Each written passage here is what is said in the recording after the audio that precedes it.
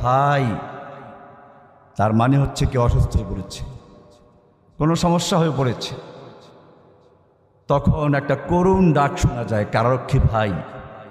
তার মানে হচ্ছে আশপাশে কেউ আছে কিনা। কেউ দেখতে অন্ধ যেরকম রাস্তায় মানুষকে ডাকে, ভাই একটু হাত ধরেন, অন্ধ জানে না কোনো লোক আসলে আছে কিনা।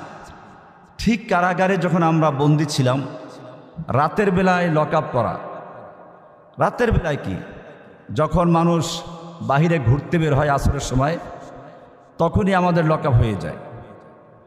আবার যখন সকালবেলা গরু ছাগল পর্যন্ত মুরগিগুলো বের হয়ে যায়, তখন আমরা বন্দী। আবার ডাক, কারারক্ষী ভাই লক আপটা একটু খুলবেন। আমার মনে পড়ে আমি একবার এক কারা কর্মকর্তাকে বলেছিলাম যে সকালবেলা পারলে একটু সকালে খুলে দিবেন, কারণ আমি তো গ্রামের ছেলে।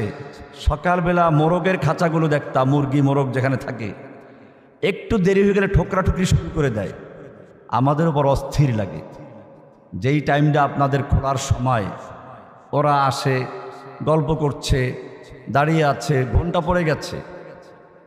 3 বাড়ির পরে খুলে দেওয়ার নিয়ম, কিন্তু চলে যাচ্ছে, ঘন্টায় ঘন্টা বের হয়ে যাচ্ছে।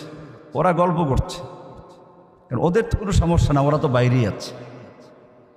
আমাদের শুধু বারান্দাটা খুলে দেওয়া হতো, বারান্দা।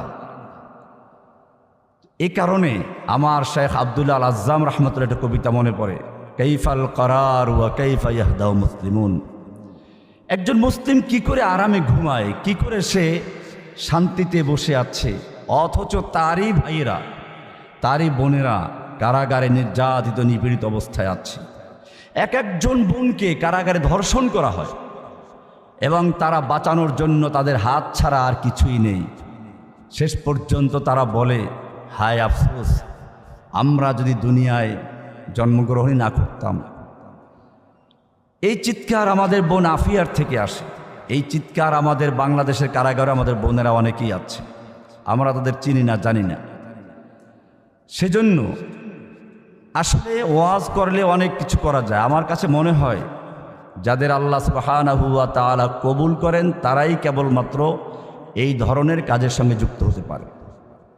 আমার মনে পড়ে যেদিন আমি জেলে থাকা অবস্থায়, আপনারা জানেন না, জেলখানায় আমাদের কথা করার প্ল্যান করা হয়েছিল 5ই আগস্টের পরে 6 তারিখে সকালবেলায়। সেদিন বারবার আমাদের বিল্ডিংয়ে হামলা হচ্ছিল, কিন্তু ভাগ্যক্রমে আমি ওই দিন আমার কয়েকজন ভাই ছিল যারা সিনিয়র বিএনপির নেতা, ওনারা বলেছিলেন জসিম ভাই আপনি একটু আজকে সরে থাকেন, অন্য জায়গায় চলেন। আমি ওনাদের কাছে চলে গেছিলাম।